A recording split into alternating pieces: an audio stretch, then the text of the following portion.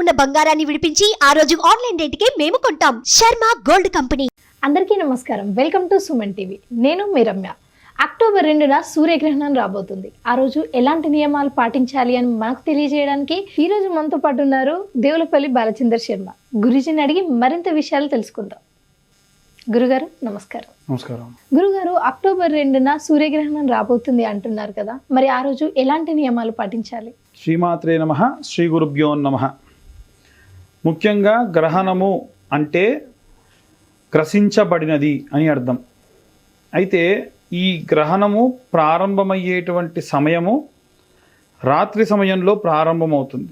9:13 నుండి ప్రారంభమై తెల్లవారుజామున 3:18 వరకు కూడా ఈ గ్రహణం ఉంది. అయితే ఈ గ్రహణం భారతదేశంలో లేదు.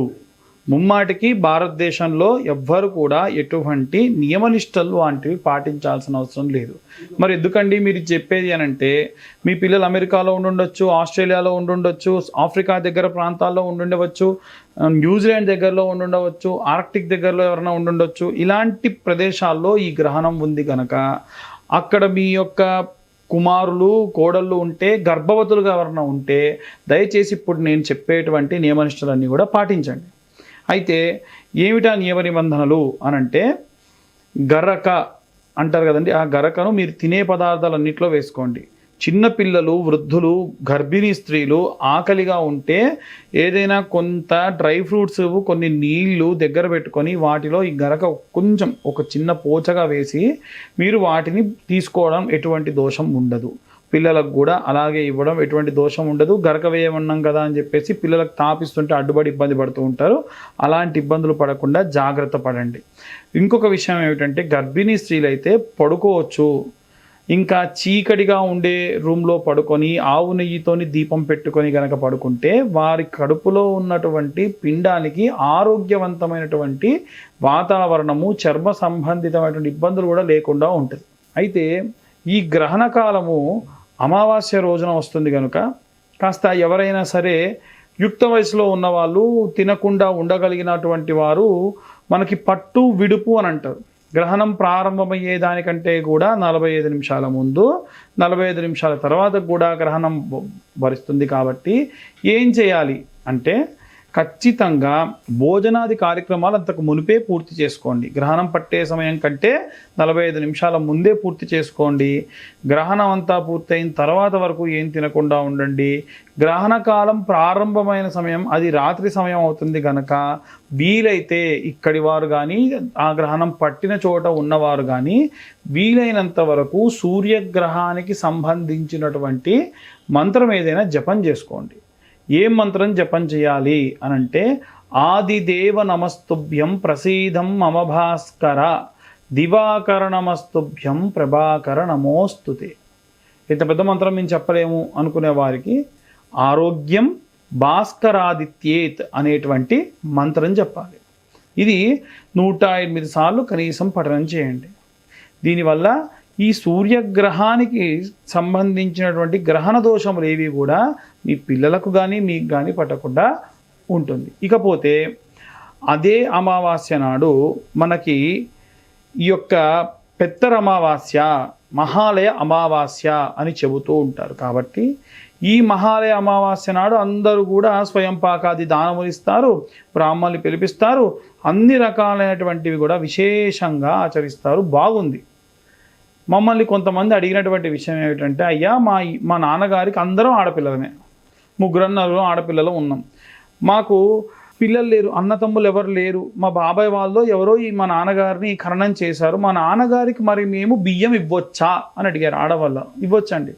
మీ తండ్రి గారి యొక్క గోత్రము, మీ తండ్రి గారి యొక్క ఇంటి పేరు చెప్పి ఆడపిల్లలు మీ భర్తతో సహా లేదా మీరైనా సరే వారి ఆత్మశాంత్యర్థం, పుణ్యలోక స్థిర నివాస యోగ్యత సిద్ధ్యర్థం ఇది స్వయం పాకాది దానం బ్రాహ్మణానాం భోజనార్థే స్వయం పాకం దానం తుభ్యం సంప్రతతే నమః అనేటువంటివి బ్రాహ్మణులు చెప్పి తీసుకుంటారు. ఇంకా కొంతమంది ఏం అడిగారంటే, మేము ఇచ్చిన తర్వాతకి మా నాన్నగారికి ఏవైనా సరే ఫోటో పెట్టుకొని ఇష్టమైన పదార్థములు వండవచ్చా? ఖచ్చితంగా వండవచ్చు.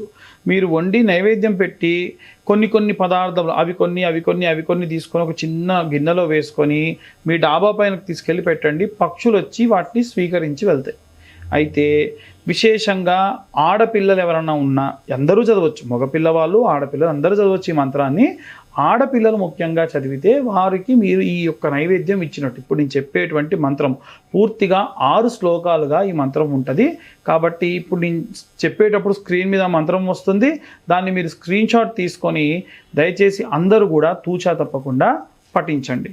ఇక ఆ మంత్రం ఏమిటంటే, నమ పిత్రే జన్మదాత్రే సర్వదేవమయాయ చ సుఖదాయ ప్రసన్నాయ సుప్రీతాయ మహాత్మనే సర్వయజ్ఞస్వరూపాయ స్వర్గాయ పరమేష్టినే సర్వతీర్థావలోకాయ కరుణాసాగరాయ చ. ఇక్కడ 2 అనేటువంటి అంకెతో వస్తుంది, దాన్ని ఆ అని చదవాలి. నమ సదా అశుతోషాయ శివరూపాయ తే నమః సదా అపరాధ క్షమినే సుఖాయ సుఖదాయ చ. దుర్లభం మానుషమిదం ఏన లబ్ధం మయా వపుః సంభావనీయం ధర్మార్థే తస్మై పిత్రే నమో నమః. తీర్థస్నానత్తపోహామ జపాదిన్యస్య దర్శనం మహాగురోశ్చ గురవే తస్మై పిత్రే నమో నమః.